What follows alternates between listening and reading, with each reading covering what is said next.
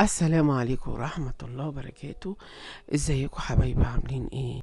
يا رب حبايبي تكونوا بخير. برج الدلو حبايب قلبي، صفوا النية كده، اتفائلوا بالخير تجدوه، طلعوا الطاقة السلبية، صلوا على الحبيب وكمان استغفروا. طبعا حبايبي اللي أول مرة بيزوروا قناة أم أحمد، ما تنسوش تعملوا اشتراك وشير ولايك للفيديو، وده يا ولاد فضل منكم مش أمر، والأمر لوحده. حبايبي بقى ولادي وأخواتي الموجودين في القناة، حطوا اللايك شير الفيديو وننزل نكتب كومنتات، نصلي على الحبيب وكمان نستغفر. طبعا لازم يكون عندنا يقين وثقة في الله وحده، انه لا يعلم الغيب الا الله، محمد رسول الله. انت ما شاء الله بدأت تفوق. انت الفترة اللي فاتت دي كانت انت اديت فيها كتير، واديت من وقتك ومن مالك ومن شغلك، ما عملتش حاجة لنفسك، ما أملتش لنفسك مستقبل، ما عرفتش تشيل حاجة للزمن. وده الفترة الجاية انت خلاص هتبدأ تشوف نفسك وتحب نفسك، وهتبدأ تشيل نفسك. كمان عندك في رزق، في منكم هيكون عنده سفر، بس بقالك فترة قلبك مش مرتاح من الأمور العاطفية، متلخبطة ومش مستقرة. كمان في عندك ناس سامة دي موجودة في حواليك، والأذية بتأذيك. كمان من الناس دي اتنين أذيتك، وسحر التفرقة والنفور.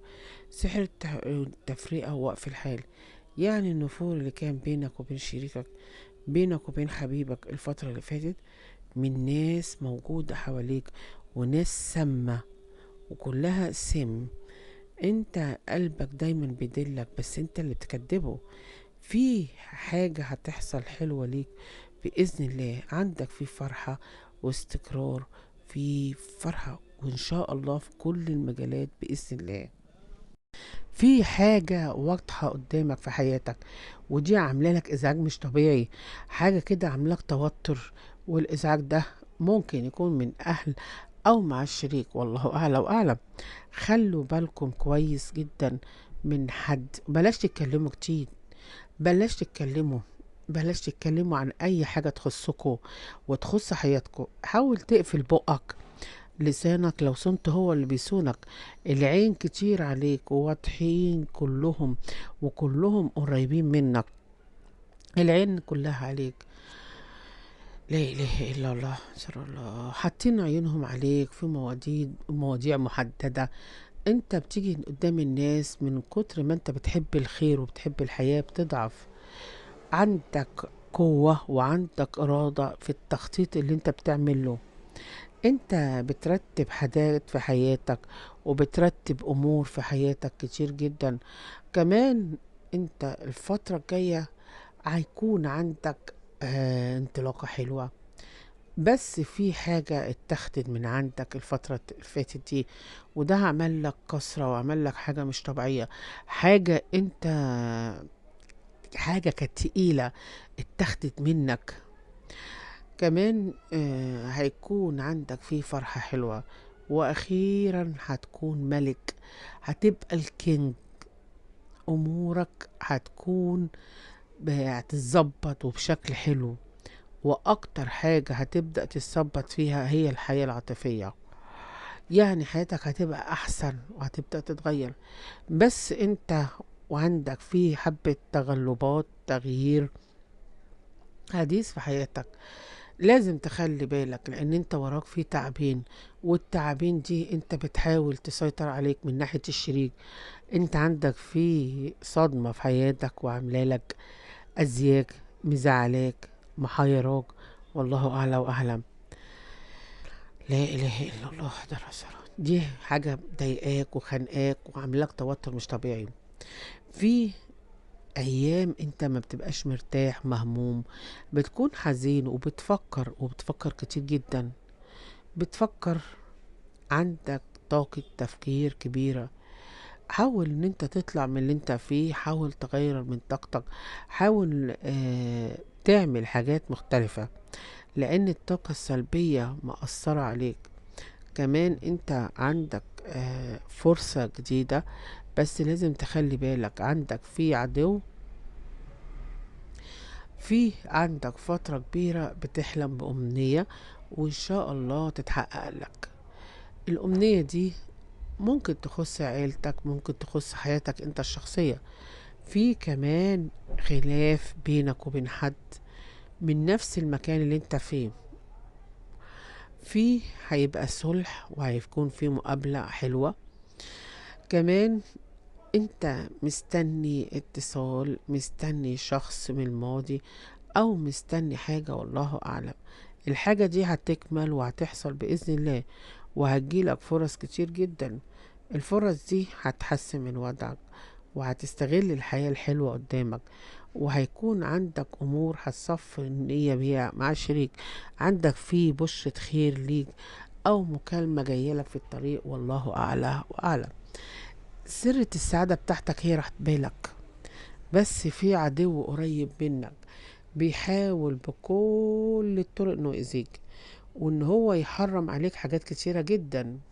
العدو ده كبير مش صغير، اكبر منك في السن، بس بإذن الله ربنا هينصرك عليه. انت عندك فيه حب جديد، او عودة غايب، او فرصة جديدة، او حياة حلوة مع الشريك. هيكون عندك فيه شفاء من السحر بإذن الله، وهيكون عندك انتصار في القضية اللي انت هتربحها. بالنسبة لعملك هيكون متحسنة أمورك، لأن رغم الناس حواليك بتكرهك، ناس بتكرهك في عملك ومش حبالك الخير، ولا أصلا عايزاك تكون مرتاح.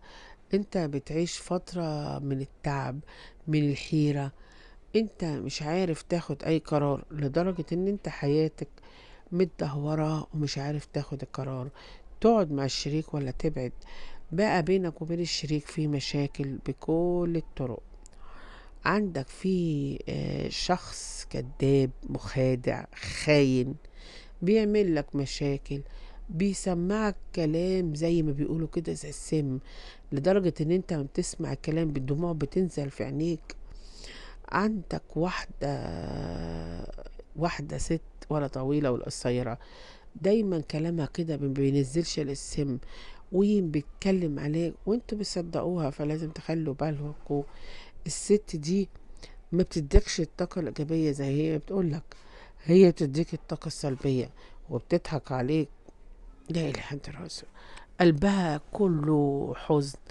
عشان كده انت دايما تعبان مهموم، وبتفكر كتير، وعندك في حاجات تفكيرك بشخص عندك في العيلة هيخليك تنفجر من كتر التفكير اللي انت بتفكر فيه، وشغلة بالك من كتر ما انت ما مش قادر تنتظر ولا تكمل. العين كتير عليك، والعين مش سايباك في حالك. لا اله الا الله محمد رسول الله. الناس بصالك ومش سايباك في حالك. عندك في تحذيرات لازم تخلي بالك منك. خلي بالك، كلام الناس عليك كتير وتقيل وبيقلل منك. خلي بالك من خسارة، انت هتخسر حاجات. احذر من مواضيع. عندك في فرصة عمل جديدة ومهمة، عندك شهرة، علاقة حلوة مع ناس على مستوى، هيكون عندك في منصب حلو وترقية انت مستنيها من بدري. هيكون عندك مناسبة حلوة، امور هتتحسن في حياتك، وده بفضل ربنا. بس انت ما تحزنش، بلاش تكون متضايق، بلاش تكون مخنوق، بلاش خنقة. ما تعرفش ربنا شايل لك ايه، مش هتتكلم ولا هتقول اي حاجة. كمان الضغوط اللي عليك دي الفترة دي هتخلص بإذن ربنا. انت هتخلص من كل التراكمات اللي عليك، وهتبدأ مستقبل جديد، وهتبدأ حياة جديدة. هتبدأ أمور هتحسن من الدخل بتاعك، وهتديك انفراجة، وهتديك الفرحة اللي انت قاعد مستنيها وبقالك فترة. اللي انت مستنيه بقالك فترة، شوف انت مستني ايه، واللي انت مستنيه هو اللي هيحصل بإذن الله، وده بفضل ربنا. انت مهموم مصدع، بتعاني من حاجات كتيرة جدا. بإذن الله انت هتخش في انطلاقة جديدة، وهتخش في فرحة جديدة، وهيكون عندك فيه تحقيق أمور، وده بفضل ربنا. انت دخلت مع أبراج جديدة، مع أبراج، مع علاقات، ومناقشات، ومحدش كان واقف جنبك، ولا حد بدأ يقف معاك زي ما انت كنت فاكر. خدت القرار الغلط ودخلت الشخص الغلط في حياتك. حاول ان انت تغير من نفسك، حاول ان انت تبدأ حياتك بشكل مختلف، وما تعتمدش على اي حد في حياتك. الناس اللي انت دخلتها دي تعبتك نفسيا وجسمانيا ودمرتك، وكمان وقعوا عليك ظلم وذلوك بحاجات كتيرة جدا. لا إله إلا الله، أعوذ بالله من الخبث. انت من طيبة قلبك ما كنتش قادر تستحمل. كان عندك علاقة مع برج السرطان وبعدتوا ونهيتوا العلاقة بطريقة سلبية. كمان اكتشفت حقيقته، اكتشفت خيانات، او اكتشفت الغدر. الغلطة اللي انت غلطتها في حياتك انت لغاية دلوقتي بتدفع ثمنها. انت صحتك متدهورة الفترة دي وصحتك تعبانة. الشريك بتاعك خاين وخرب بيتك وظلمك وقعك في مشاكل. لو انت مستني الحمل هيكون عندك حمل. انت قلبك فيه نبض، قلبك جواه بركان، قلبك مخزن كتير. انت انفصلت عن برج الثور بسبب الخيانة. لا اله الا الله رسول الله، بسبب ان هو ظلمك وجي عليك وظلمك. في حد انت كنت تعرفه كده في السر، دخلته بيتك، ظلمك ووقع عليك ظلم كبير والله اعلم. في حد دخل بيتك وسرق ذهبك وسرق فلوسك، خد منك حاجات معينة في حياتك، والله اعلى واعلم. انت اتسرقت، اتسرقت من اقرب الناس ليك اللي ما كنتش متخيل. انت لازم تراجع قضية المحكمة وتراجع الأوراق اللي انت عايز تخلصها بكل الطرق. عندك في شخص دايما عنده نبذة عن المستقبل، أو تحس ان هو روحاني جدا. في حد عندك صحته تعبانة، لا إله إلا الله، بيعاني من حاجات معينة في حياته، لا إله إلا الله. السهر عندك بقت حاجة أساسية في حياتك. السهر ده بقت حاجة أساسية جوه حياتك، بقيت تسهر كتير جدا. انت بتسهر دايما. في كمان عندكم في بداية جديدة، حاجة جديدة، عمل جديد، نقلة جديدة، والله أعلى وأعلم. وهيكون عندك تغيير اللي انت مستنيه. انتوا تعبانين من قلة النوم والسهر، في موضوع شاغل بالكم الفترة دي وبطريقة كبيرة. في شخص كان عامل لك حظر بينك وبينه، هو هيفتح الحظر ده وهيبدأ يتكلم معاك من تاني. بس احذر العين اللي عليكو، احذر من حركاتك، من تصرفاتك، احذر من حاجات كتيرة جدا. انت حلمت او شفت حاجة بتتكرر معاك اكتر من مرة. الحاجة دي بيكون فيها تحذيرات من شخص بيكرهك وبيكره الخير ليك، قريب منك سبحان الله، بيراقبك بكل الطرق. انتوا اصحاب قلب طيب، اصحاب شخصية حلوة، بس عندكم دايما وسواس نفوس عليكم. دايما اغلب الوقت بتشتكوا من السحر. عندكم غيرة مش طبيعية، الناس بتغير منكم بطريقة قوية، واكتر حد غيران منك هو المقربين. لكن عندك في واحدة دي من الجيران، ست مش كويسة، دي عينها دايما عليك، ودايما مش بتصفي نيتها.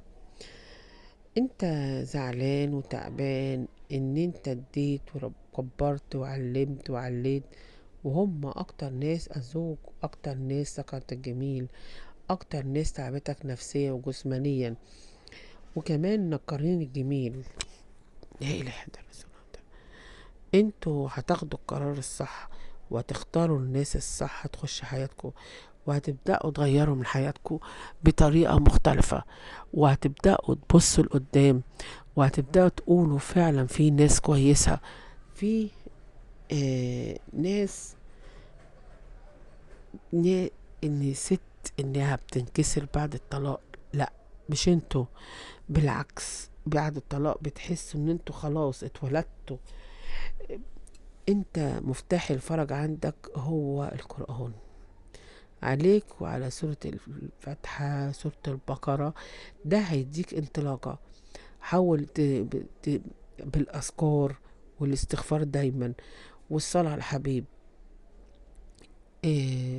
انت عندك كم حاجة لازم تخلك بالك منها عشان ترتبط الشخص الصح.